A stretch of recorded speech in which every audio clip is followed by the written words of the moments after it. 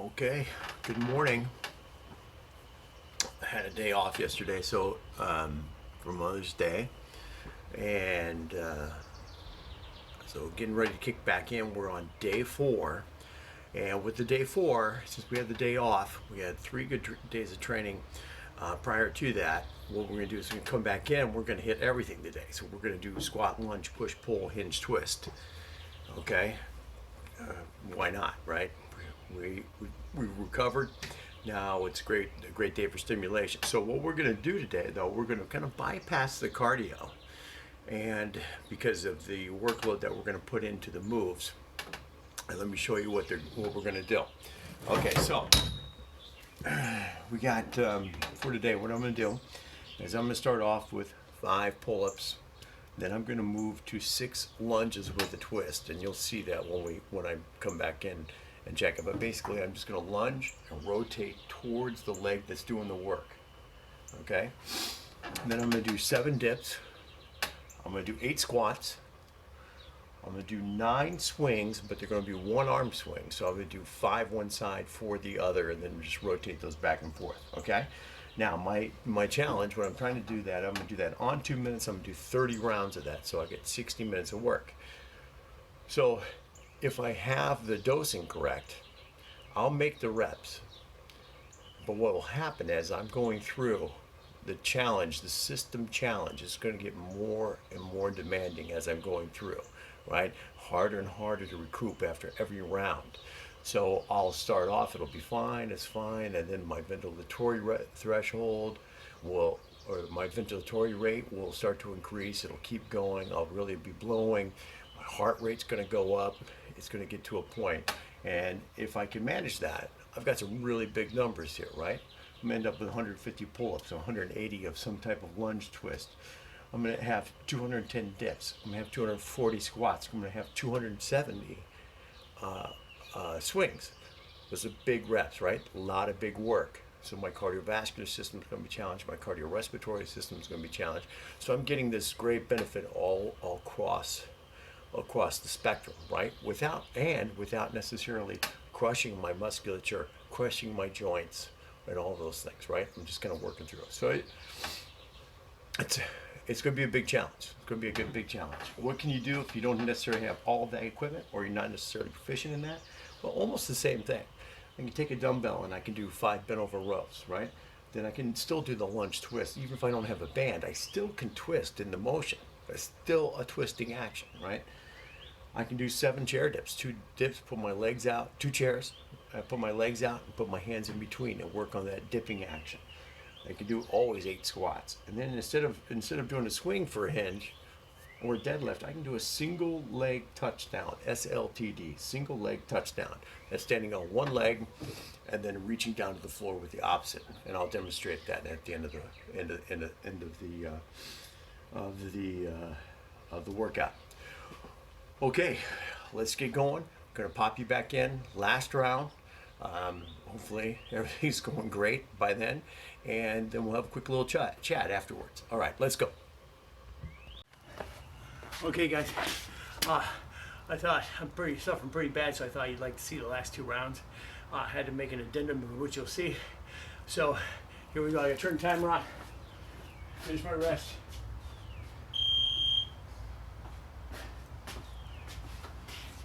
Grab some more. So I had to cut out the lunge rotations. It's way too much work, and my pull-ups dropped in the last 10 rounds. So I made up doing 5s for 20 rounds, and then I had to shift 5-4, 5-4, and so now I'm on a set of 5, and with 2 rounds left, and here we go.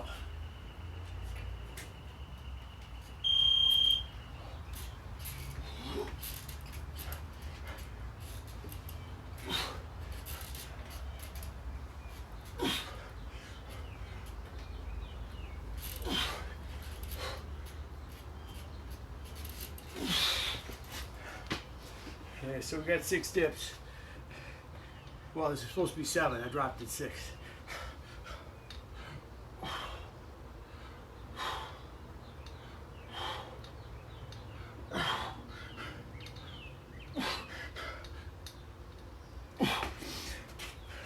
squats, which are fine.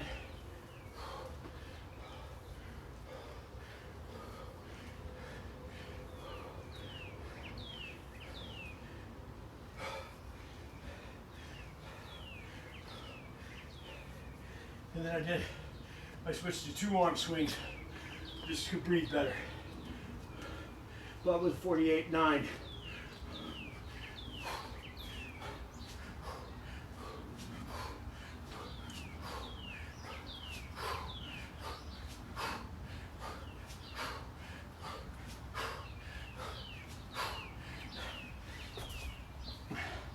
That leaves me about 40 seconds rest.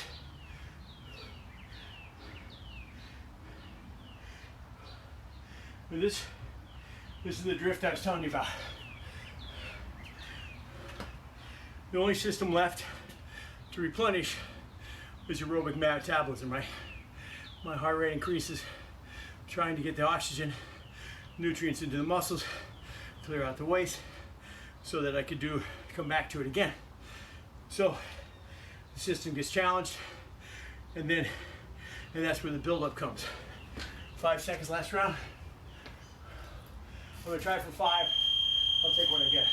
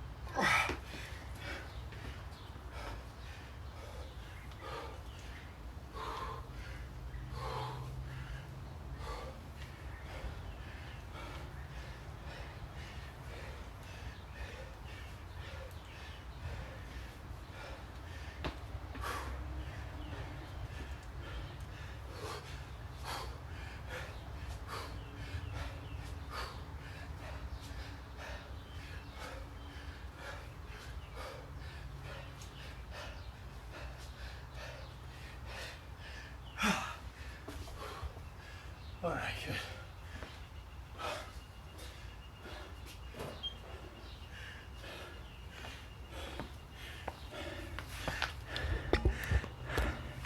So, perfect example of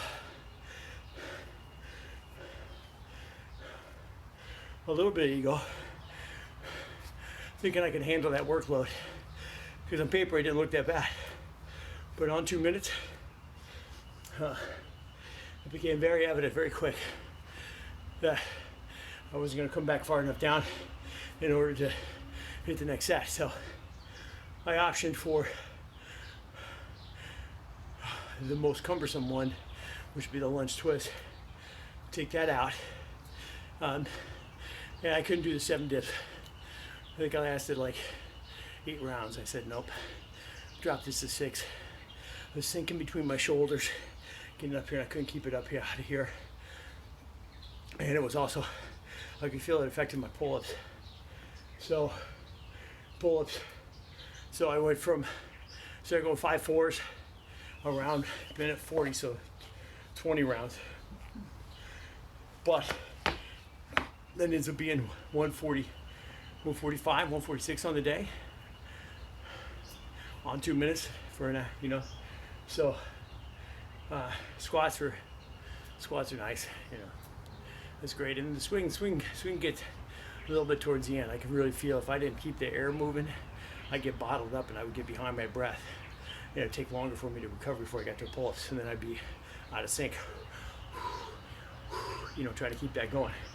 So now, high volume there. It's a lot of volume, especially for the pulling and the pushing muscles, right? The floor, not so much for me. That's not, even though it's 270 reps on the bell, that doesn't have near the impact on me like what I'll be feeling from the pull-ups there, doing that kind of volume. Now, I've been building over time, really a long time, trying to build up being able to handle the volume. And notice, I may be able to do 25 strict pull-ups, full extension down, jawline over when I'm in a competition mode.